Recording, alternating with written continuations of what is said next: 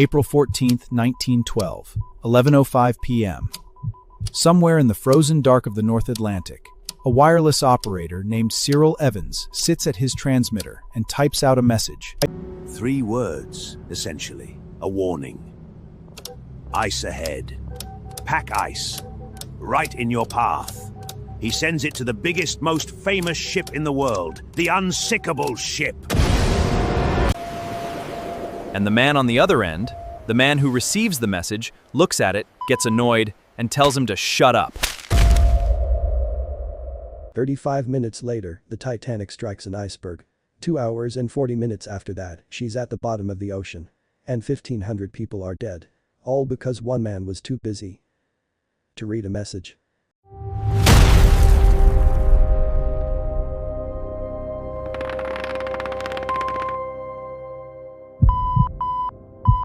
To understand what happened that night, you need to understand one thing.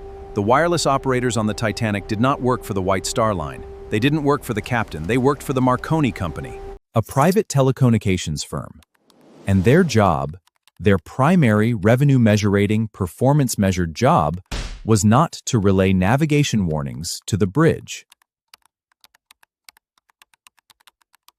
It was to send and receive passenger telegrams. Rich passengers paying to send messages to New York. Business deals, social gossip, dinner reservations. That was the money. That was the metric.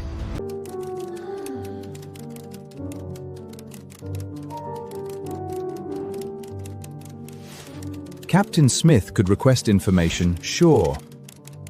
But the Marconi operators answered to Marconi. And on April 14th, 1912, the wireless room on the Titanic was swamped.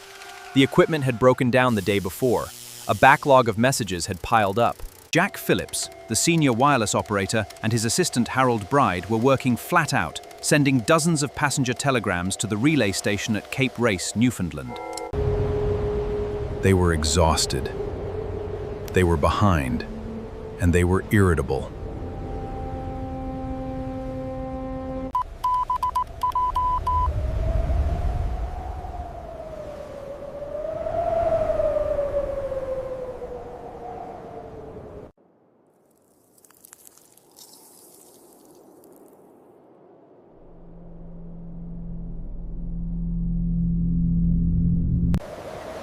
"10 to 20 miles north of the Titanic, a small freighter called the SS Californian has stopped for the night.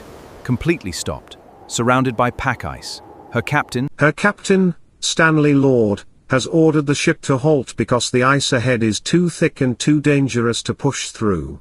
Her wireless operator, Cyril Evans, has been sending ice warnings all evening to anyone in range. At 9:30 he warns the nearby vessels. At 10:20 he warns the nearby vessels. At 10:20, he sends another. And then, at 11:05 p.m., he keys his transmitter one more time, and addresses the Titanic directly. I say, old man, we are stopped and surrounded by ice. A simple warning.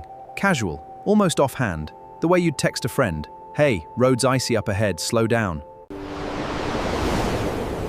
The message reaches the Titanic's wireless room. Jack Phillips receives it. Evans's signal is loud.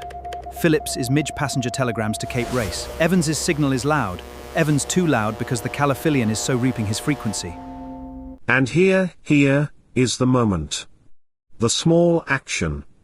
The tiny, human, almost pathetic little decision. Phillips is mid-transmission. He's sending a batch of passenger telegrams to Cape Race.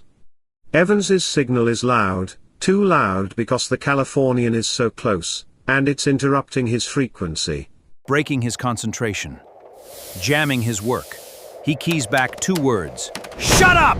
I am busy! I am working Cape Race! He does not deliver the message to the bridge. He does not flag it. He sets it aside. Maybe he'll get to it later. Maybe he won't. Offended, sits in his cold wireless room. And at 11:30 p.m., he turns off his transmitter, takes off his headphones, and goes to bed.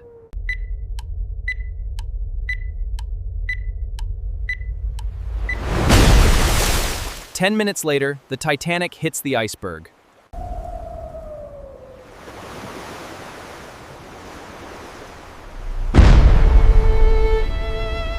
Iceberg! Right ahead! 11:40 p.m. Lookout Frederick Fleet spots the iceberg. Iceberg, right ahead. The wheel is thrown hard to port. The engine's thrown into reverse. It's not enough. The starboard side scrapes along 300 feet of ice. Rivets pop. Steel plates buckle. 5 compartments flood. Phillips begins transmitting CQD. Then the new signal. SOS. Over and over. Come, come, we are sinking. And who is closest? Who is 10 to 20 miles away, stopped in the ice, who could have been there within an hour? The SS Californian. The Titanic is mortally wounded. But Cyril Evans is asleep. His wireless is off.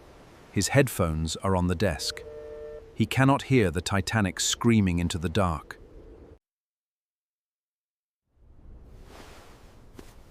He will not wake up until morning.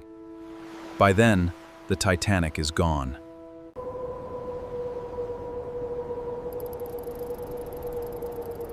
And 1,500 people are in the water. Decisions made in comfort have cold consequences. The few survivors were pulled from the ice. Now, the world demanded answers. Californian was as possibly less. Her crew reported seeing rockets, fired from a ship in the night. They woke Captain Lord. He looked, he went back to sleep. He decided it was nothing. 1,503 people die. Most from hypothermia in water that was 28 degrees Fahrenheit. Many of them could have been saved. The lifeboats were half empty. The Californian was right there. And it traces back, past the rockets, past the arrogance of an unship, all the way back to a tired man in a wireless room who said 2 words, "Shut up." From that moment, international maritime law is rewritten. Ships are required to maintain, ice patrol services are created, lifeboat regulations are overhauled. The entire architecture of ocean safety is rebuilt. Darling, dinner at 8, do come. Because one operator was too busy sending a rich woman's dinner invitation to read a warning.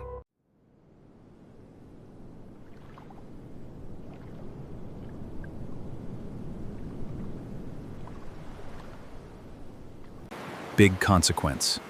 A missed message. A moment of irritation. A hand reaching for the dial and switching it off.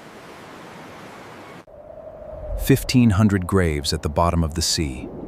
And the chain starts with 3 words, "I'm busy." Subscribe, hit the bell, and next time your phone rings with a warning, maybe pick up. I'll see you in the next one.